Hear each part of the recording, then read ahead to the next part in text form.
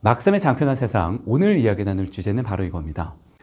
단백질을 안 먹어도 통풍이 생기는 이유. 자, 오늘 주제는요, 이 통풍에 대한 이야기를 한 번 더 드려보도록 할 텐데요. 요즘 이제 해가 지날수록 통풍 환자가 계속 증가를 하고 있습니다. 2022년 기준 통풍 환자가 몇 명인지 살펴봤더니 50만 8,397명인데 이 중에 93%, 약 47만 명 이상이 남성 환자라고 합니다. 이 중에서 2030 세대가 약 75% 이상을 차지하고 있어요. 나이를 불문하고 이 통증, 이 통풍과 관련된 질환으로 고생을 많이 하고 있다라는 이야기를 드릴 수가 있겠는데, 다들 잘 아시는 것처럼 통풍은 이 퓨린이라는 물질이 대사가 돼서 요산이 쌓였는데 요산이 배출이 안 되고 계속 축적이 되다 보니까 결정 형태로 만들어져서 관절 사이사이 붙어가지고 통증을 유발시키는 병이 바로 통풍인데, 자, 오늘은 이 통풍이 생기는 이유를 두 가지의 관점으로 살펴볼 텐데요. 첫 번째는 탄수화물에 대해서 얘기를 드려볼 거고요. 두 번째는 술에 대한 녀석을 이야기를 드려볼 겁니다. 자, 왜 생기는지 한번 첫 번째부터 알아보도록 하죠. 자, 도대체 탄수화물을 먹었는데 왜 통풍이란 녀석이 걸린 거지? 생긴 거지라고 하시는 분들이 계실 텐데요. 이 탄수화물 음식으로 되어 있는 것들, 소위 말하는 당으로 되어 있는 음식들이 우리 주변에 굉장히 많이 퍼져 있습니다. 핵심만 요약해서 얘기를 드리면, 탄수화물을 과다하게 섭취해서 당을 과다하게 섭취했었을 때에 어떠한 일이 생기냐?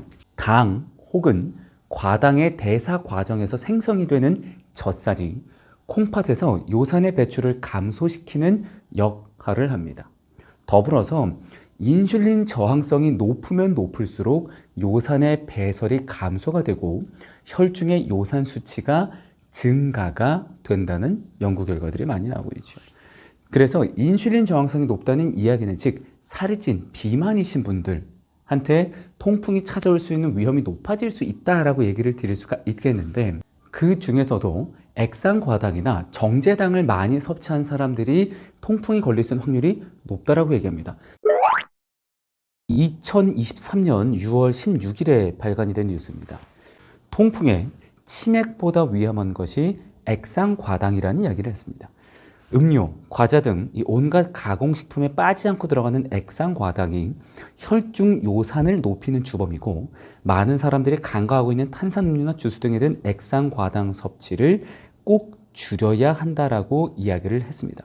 더불어서 얘기를 드리면, 영국 의학 저널에서는 과당 섭취와 통풍 위험에 대한 두 개의 연구를 분석을 했는데, 총 12만 5,399명을 대상으로 17년간 추적 관찰한 결과 1,533건의 통풍이 발생을 했고, 과당을 가장 많이 섭취하는 그룹이 과당을 가장 적게 섭취하는 그룹에 비해서 통풍 발생 위험이 1.62배로 높았다고 얘기를 합니다.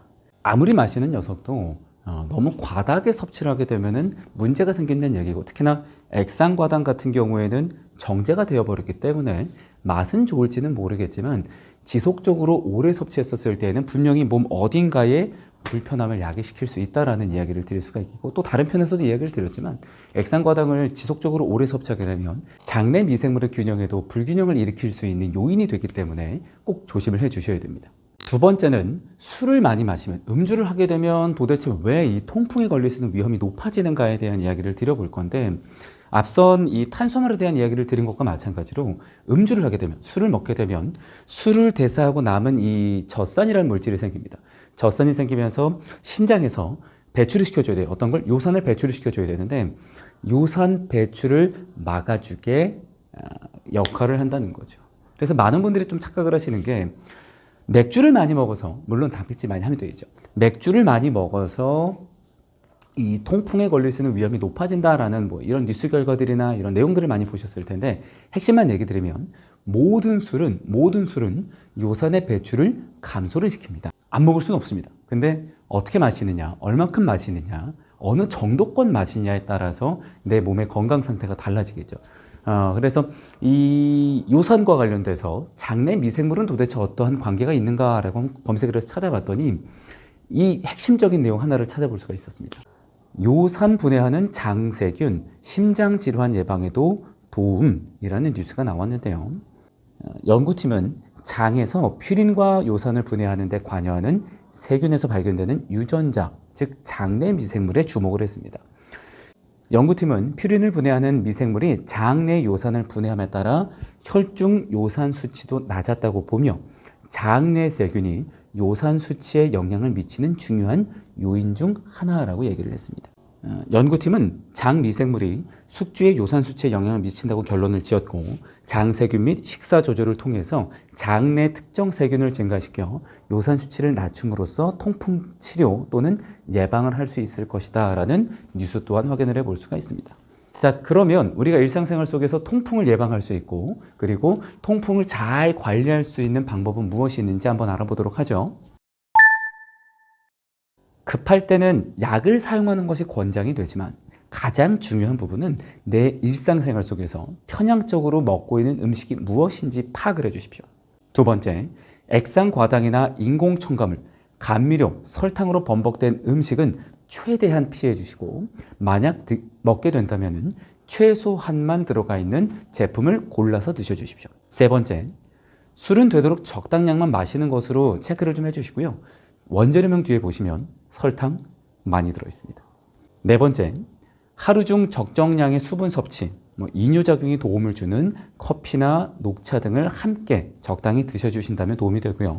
마지막, 요산 배출에 도움이 되는 음식, 야채소가 되겠죠. 양배추나 메밀, 옥수수 수염, 요거트와 같은 이런 자연식품이나 발효식품을 챙겨주시기를 권장을 드려봅니다. 자, 오늘 시간에는 이 단백질을 먹지 않아도 통풍이 생기는 이유에 대한 원인에 대한 부분을 두 가지 관점으로 나눠서 이야기를 드렸는데요. 그만큼 제가 모든 영상에서 이야기를 드리지만 과유불급입니다. 무엇인지 과하면 몸에 불편감이 찾아오게 됩니다. 속이 편하면 하루가 편하고 장이 편하면 인생이 편합니다.